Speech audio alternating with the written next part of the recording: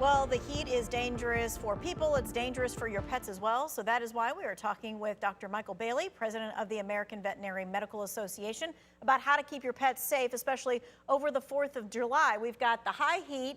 We've got the sounds. Let's talk about those sounds, because a lot of people have pets that they just get so anxious around this time.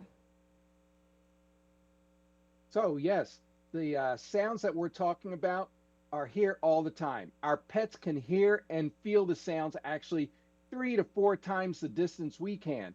But there's things we can do to help our friends out.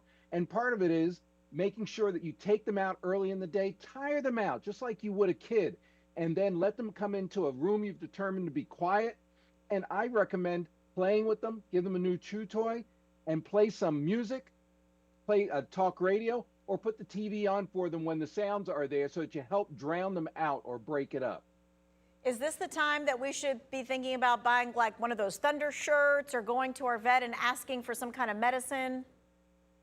If you have a pet that is extremely anxious, things like the anxiety shirts are extremely good on many pets, not all. There are also some over-the-counter medications, but actually the best thing is go to your veterinarian, talk to them, and they can recommend medications that are good for anxiety that develops at this time. But the best thing is make sure that your pet is in a comfortable, safe environment where they know this is safe for me. Yeah, and be careful whenever you open the door. I've heard lots of people say, I opened the door to greet somebody, they were coming in for the barbecue or whatever, and the dog just shot right out. That's very important. I tell people, be sure you have identification on your pet, on their collar, and those microchips that are implanted, and make sure that your information is up to date. So if they do go darting out that door, or worse yet, you're out walking them and they break free from the leash, if they can be found, they can be identified, and they can be returned to you as quickly as possible. So a lot of pets get anxious fireworks. A lot of pets get anxious when they ride in the car. And lots of us are going to be traveling with our pets this time of year. I've got one friend, her dog just pants the entire time. What should we be doing to help them with the anxiety of traveling? Well, there's a lot of things to talk about with traveling. First of all, short distance, long distance. If you're going long distance, be sure you've talked with your veterinarian if you cross state borders, because you should have a health certificate. And if you cross international borders, you have to have health certificates. As far as panting in the car, if they're not really anxious, they may just be enjoying it. So it's a matter of, have you got them acclimated to it? But yes, there are some pets that just do not travel great, and they may be the ones that may be best to leave back home in a nice, comfortable kennel with air conditioning. Yeah, speaking of the air conditioning, it's hot where you are, it's hot where we are, it's hot for our pets.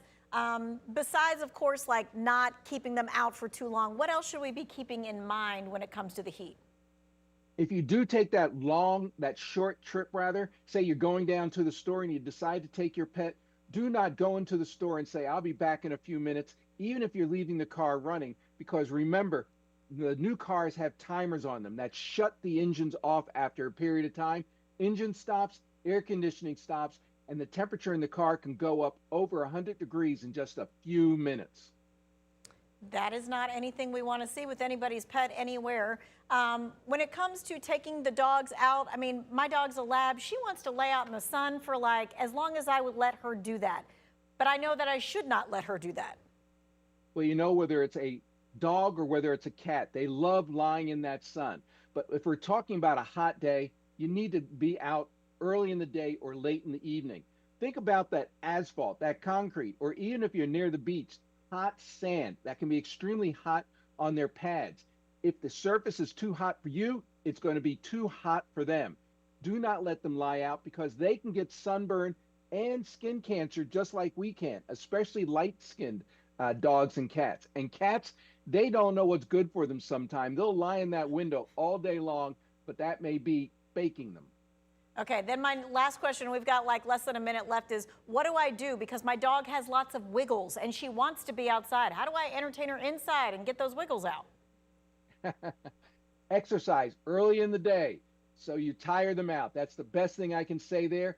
Get them a new toy, rub their belly a lot. They will love being around with you. And wake up at 6 a.m. to do that walk. I got it. That's right. And remember, if you have more questions, avma.org. or your local veterinarian. You can get a lot of good answers from your veterinary health care team. I appreciate it. Thank you, Dr. Bailey. And of course, if you've got a pet, maybe you've got a friend with a pet that needs this kind of information, this is going to be in the WFMY News 2 website and then the 2 Wants to Know section. Thanks so much.